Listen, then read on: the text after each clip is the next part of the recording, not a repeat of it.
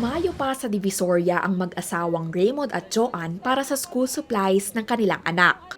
Ang dating 500 pesos na budget, doble na raw sa mahal ng mga presyo.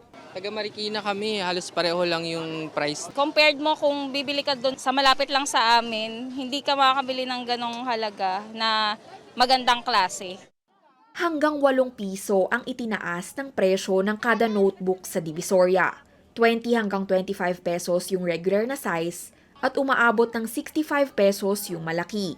Ang pad paper naman naglalaro sa 20 hanggang 35 pesos at 25 hanggang 45 pesos ang intermediate paper.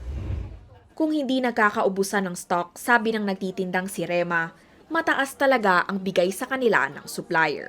Mostly po yung notebook lang po talaga kasi nagmamahal po yung sa papel eh.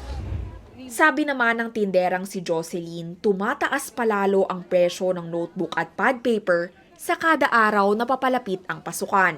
Ang isang rim o 10 piraso ng notebook sa kanya inaabot na ngayon ng 250 pesos mula sa dating 190 hanggang 200 pesos. Last week, mataas konti. Mas lalo po ngayon ang taas. 10% siguro po. Last minute na po kasi yun eh. Si Annabel, isang suki talaga ng Divisoria, bultuhan na raw kung mamili ng school supplies para lang makadiscount.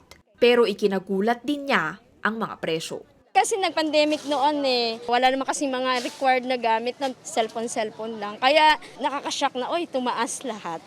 Di ba baba sa 4 na piso ang itinaas ng presyo ng ibang school supplies. Kabilang dyan ang lapis, yung Mongol na pinakamabili, 5 piso ang pinakamura kada piraso. 10 pesos naman sa ballpen na Panda.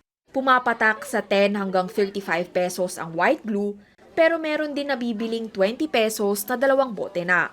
Ang crayons naman naglalaro sa 20 hanggang 120 pesos kada kahon, depende kung ilan ang laman. Sa gitna ng mahal na school supplies, kanya-kanyang pag-a-adjust na lang ang mga nagtitinda at mamimili. Kahit mataas, kinakagat na din po namin para meron kaming bibenta. Kung magbubultuhan ka may mag-exist, itatabi mo muna para hindi ka naman bumili ulit, hindi masayang. Kari Cator, CNN Philippines.